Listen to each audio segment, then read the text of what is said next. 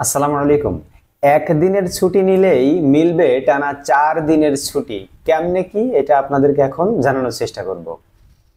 September মাসে টানা 4 দিনের ছুটি ভোগ করার সুযোগ আছে সরকারি চাকরিজীবীদের জন্য। এজন্য তাদের মাঝের একদিনের ছুটি ম্যানেজ করতে হবে। আগামী 15 সেপ্টেম্বর রোববার ছুটি কোনোভাবে ম্যানেজ করতে পারলেই টানা 4 দিনের ছুটি পাবেন সরকারি কর্মকর্তা কর্মচারীরা। আগামী 16 সেপ্টেম্বর সোমবার পবিত্র ঈদে মিলাদুন্নবী হওয়ায় এই সুযোগ সৃষ্টি হয়েছে। বুধবার 4 সেপ্টেম্বর সন্ধ্যায় দেশের আকাশে রবিউল আউয়াল মাসের চাঁদ দেখা গেছে। সেই হিসাবে আগামী 16 সেপ্টেম্বর সোমবার পবিত্র ঈদে মিলাদুন্নবী পালিত হবে দেশে।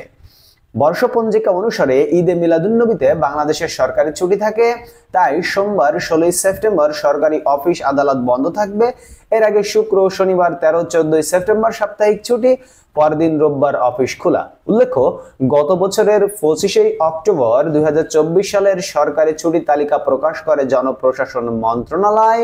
তখন জানানো হয় 2024 সালে সাধারণ ও নির্বাহী আদেশ মিলিয়ে 22 দিন ছুটি থাকবে। এর মধ্যে 2 দিন পড়েছে সাপ্তাহিক ছুটির দিন শুক্রবার। তবে এবছর শেখ হাসিনা সরকারের পতনের পর 15 আগস্ট শোক দিবসের ছুটি ও বাতিল করা হয়ে গিয়েছে এবং আপনারা সকলেই জানেন যে পবিত্র ঈদে মিলাদুন্নবী আগামী 16 সেপ্টেম্বর, যেমনটি আমরা জানতে পেরেছি। বন্ধুরা, সকলকে ধন্যবাদ আমাদের চ্যানেলের সাথে থাকার জন্য। যে যেখান থেকে দেখছেন আমাদের ভিডিও তে একটি লাইক দিতে ভুলবেন না এবং আমাদের চ্যানেলটিকে সাবস্ক্রাইব করে রাখতে ভুলবেন না। এবং যারা ফেসবুক থেকে দেখছেন তাদেরকে জানাই অসংখ্য ধন্যবাদ, তারা আমাদের পেজটিকে সাবস্ক্রাইব ফলো দিয়ে রাখুন এবং এই ভিডিওতে একটি লাইক দিতে ভুলবেন না। যদি মন চায় এই ভিডিওটি একটি শেয়ারও করে দিতে পারেন।